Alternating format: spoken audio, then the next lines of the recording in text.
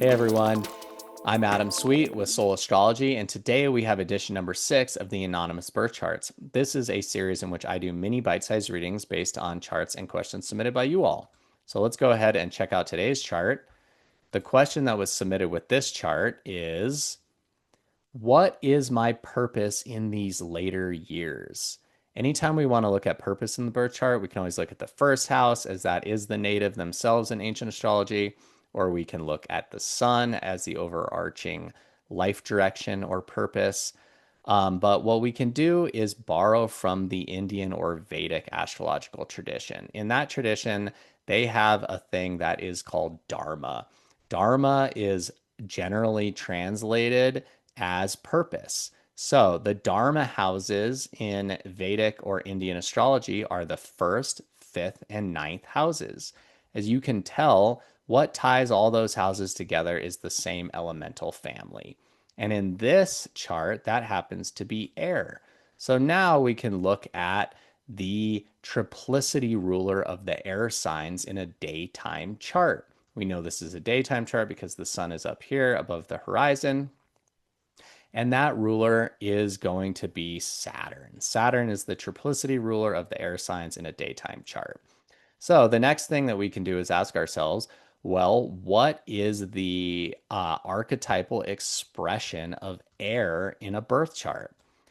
Well, air for thousands of years has been associated with communication, with ideas, with movement, with the intellect, with talkativeness or sharing.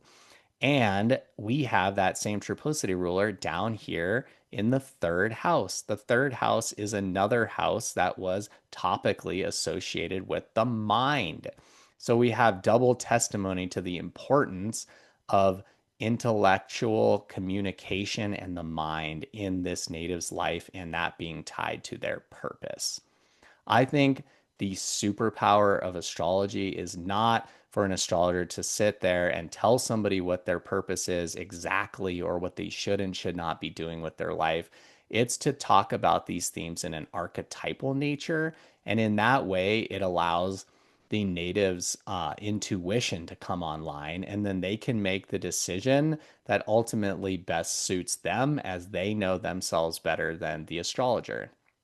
So, in this case, I would say that it is really important for the native's purpose to run through themes of the mind, of communication, of intellectual expression.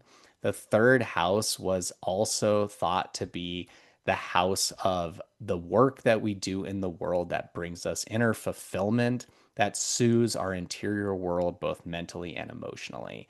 So, whatever things that you can do in this later portion of your life that soothe your mind and bring you joy, both mentally and emotionally, and allow you to use your skills of communication, sharing, and talking in ways that help you express yourself. That is going to be the most authentic way that your purpose can show up in the world, and you can live your best expression of yourself.